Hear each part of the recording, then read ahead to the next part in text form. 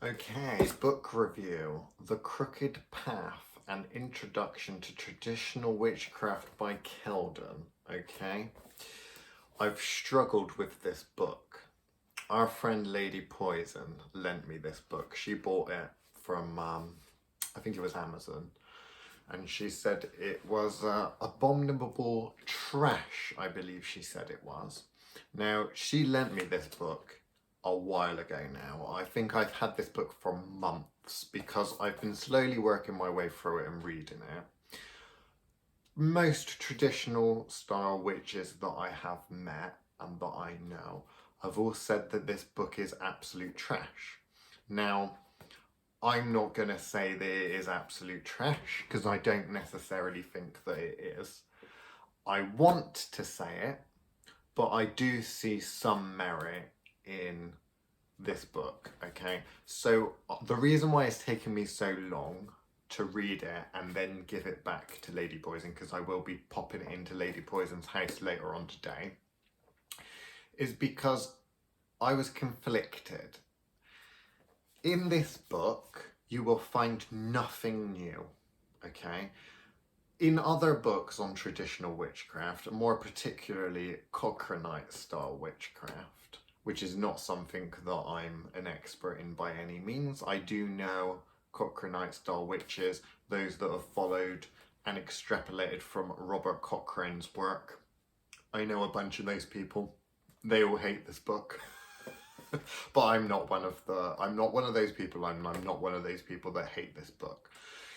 If you are the sort of person that are trying to branch out and look at traditional style witchcraft, maybe you're a 16-year-old and you want to look at this buzzword that is traditional witchcraft, you could go on the internet and do some research, or you could buy a condensed kind of quick start guide. This is a condensed quick start guide. The reason I say it's a condensed quick start guide is because there are a lot of books out there about traditional witchcraft. There are all of the books that I've heard of or read or have come across on traditional witchcraft, they give more information than this one. The problem that I have, which is what makes me feel queasy about this, is that if you're putting a book out about something like traditional witchcraft, it doesn't really matter what it is, to be honest with you. But if you're not adding to the stuff that's already out there, I have to ask, what is the point of publishing it? Some people like to take all of the little bits and pieces of knowledge and stuff, condense it down so that it's all in one place, all in one book. Some people would say that that's plagiarism. Personally, I don't necessarily have a problem with that, because what you're doing is you're kind of refining it and making it easier and easier and easier. If you take kind of like a compendium of knowledge and you release it every couple of years, the next book on, say, traditional witchcraft will be kind of the sum total of all the other books that are out there. I can kind of understand that, but from my personal perspective, if you're not adding something new, there's no point in publishing. Okay, this adds nothing new. What it does is it takes away from what's already out there. So other books that are out there, they'll give more detail. They'll go into things a little bit more. What it does really, or what I feel this book does, is water down what's out there. And that's what I have a problem with. It reminds me of this book, okay? The Witchcraft Bible Complete.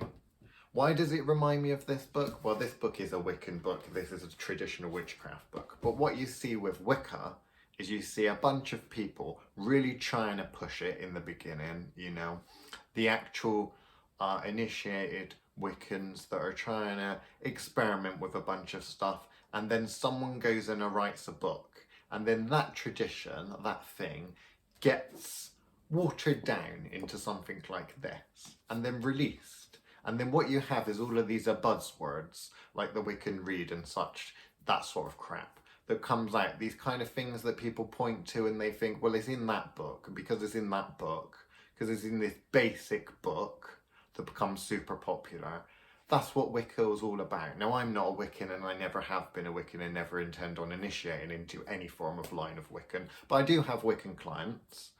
So I do know a little bit about it. There was a great fall of Wicca. And no, by fall I don't mean Gerald Gardner. I mean fall as in a falling down, okay?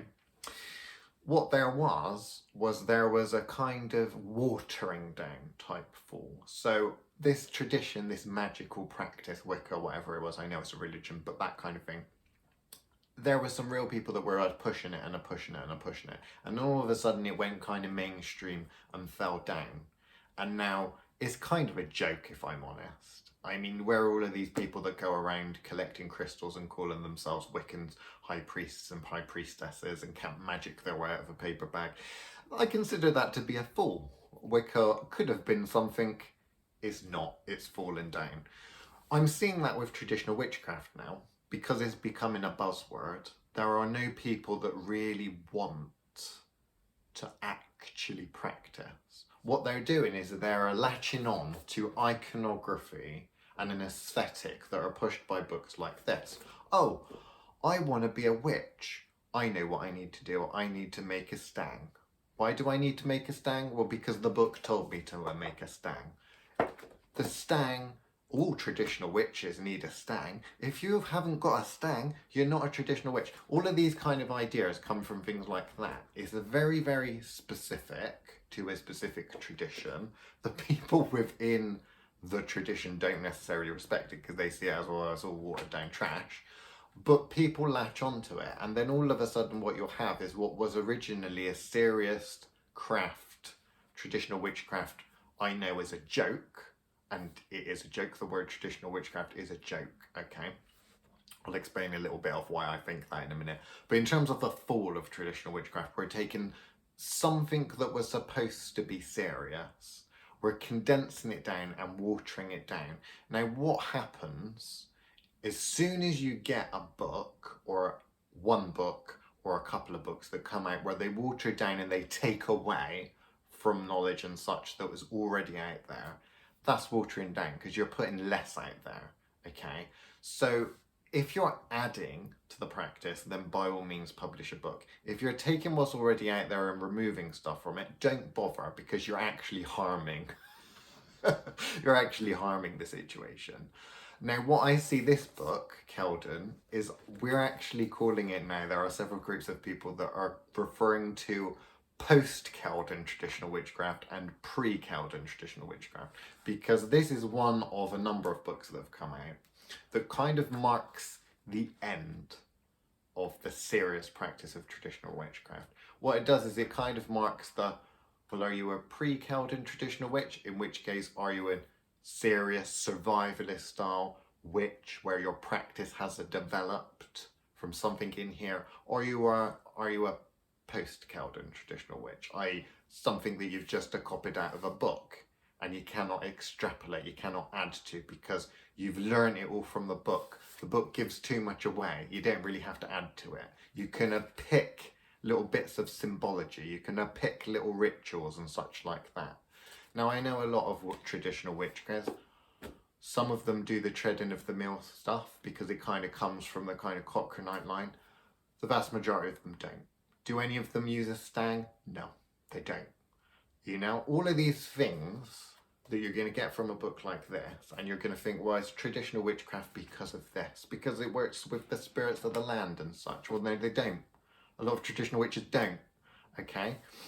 It really muddies the water. Now, part of me is conflicted, because on the one hand, I see it as there are a lot of serious practitioners. Well, okay, this is really why I'm a little bit upset, is because we can't tell the same jokes anymore, okay? So the word traditional witchcraft is a joke. I've said that, I know, but let me explain why. Within the UK, there's this thing called the moot system, which is a bunch of people that meet up all over the UK in pubs and such like that. Different magical practitioners from lots of different paths. When you go to things like that, you get some serious practitioners, you get some beginners, and you get some cuckoo alien, alien channeling, crystal loving Reiki practitioners, okay? The good thing is that all of these people come together, and yeah, okay, sometimes we might take the piss out of the some of people, but it's a good meeting and blending of different people from different traditions and such. When you went there, you'd see over the past kind of 30 odd years, what you would see is you'd see some soft, shall we say, witch, the sort that comes out with all of this law of free and the karma and stuff like that, and they would be spouting all of this bollocks, okay? And then what you would get is you would get one practitioner turn to another practitioner and they would say, do you believe in all of this watered down shit? Do you believe on the all of this, it's all about the intention bollocks? And the other practitioner would turn to them and say, I'm a traditional witch. Which meant no. It meant that this is all new age bollocks.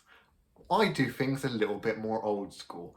The traditional witch type way is kind of a joke. It's kind of a, yeah, I'm not like that idiot over there that's going on about crystals and, you know, all that sort of bollocks. It's more of a case of, yeah, I come from more of the survivalist, you earn what you work with and the tools and stuff like that, and it's all about the magic and the magical principles behind them, not a load of copy and paste bollocks. It's that kind of thing. It's separating the kind of fads, meme posting, crystal collecting idiots. It's separating those, which nowadays we call Wiccans. I know not all Wiccans are like that, I do know that. Unfortunately, because they've let their tradition fall a little bit open instead of keeping things a little mystery and such, or mystery school. I know they're trying to backtrack some of them, but the cat's out of the bag now, sorry. Wiccan nowadays is vastly considered a joke. At least it is in the UK. Traditional witchcraft is now going to start becoming a joke, and you're going to see, if you pinpoint when it is, when you get the people that go from the I'm a tree-hugging, crystal-collecting, granola munching, love and light person, and they called themselves a Wiccan. What they're going to now start doing is calling themselves a traditional witch, and it's because they're going to have access to books like this. Now, some people will think this is amazing because obviously it's opening up traditional witchcraft to the other people and stuff like that. The point of traditional witchcraft and the point of the joke was that it was to separate the newbie who isn't serious. And I'm not saying it's about distinguishing between practitioners that have been practicing a while and new people. What it is really is a case of, I have a serious practice, you know, I'm an individual and I do things the way things have been done because it's the natural way of doing things. I don't subscribe to this new age bullshit. I don't subscribe to all of these new age philosophies and stuff like that. I'm traditional. I a hex and I a heal. What I don't do is come out with all of these, you know, rules and laws and such like that I try to impose on other people, or I try to create rules of the universe and such like that really are not really based on how we see the universe as working as a structure or as a machine, but more about ideas of fantasy and what is right and what is wrong, morality and ethics, which you don't really get in traditional style witchcraft. What it also does is really the problem is that you're going to pick up things like this and you're going to think, I know what traditional witchcraft is, because that person in there has got a stang, you know, it's going to be picked in these specific rituals and stuff like that.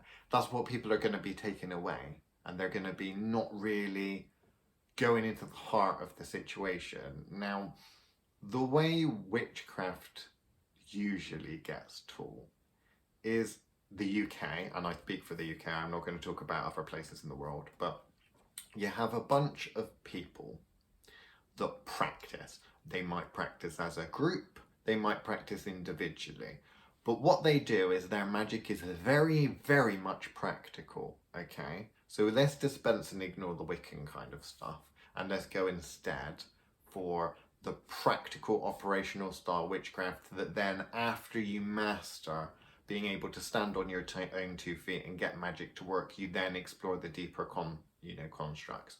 These people match the archetypal image of traditional witches, the old cunning folk, old Granny Boswell. You know, there's a book that I also reviewed called the Course Witchcraft trilogy, which is a series of 3 books. You can read the review, it's on the Thoth TV YouTube channel. But that gives you the archetype of the traditional witch. I don't see that archetype in here. Okay, that's the problem.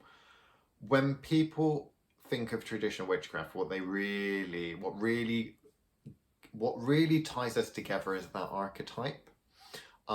Is not about the practice, because one traditional witch's practice is vastly different than the other. One person, for a start, a lot of them don't use elements, you know, stuff like that. All of this, a pentagram and all of this, are standing in a circle and such, don't get used necessarily. Each traditional practitioner, each traditional witchcraft practitioner, each coven group, whatever, their practice can be hugely, and I mean fucking hugely different and very, very, very unique to that group. What we're gonna see is we're gonna see one specific group, which is the traditional witchcraft that has been watered down from Robert Cochrane, coming out and being labelled as, well, that is traditional witchcraft, okay?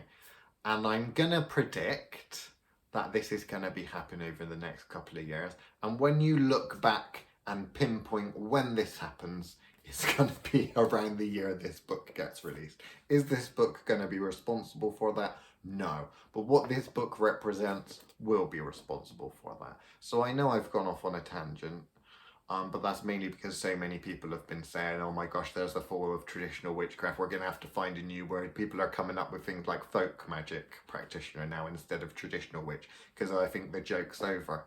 And we're going to be ending up having to think of another joke in which to talk about in moots and stuff, to distinguish between the, dare I say it, the serious and the inept. But yeah, so you may hate this book review.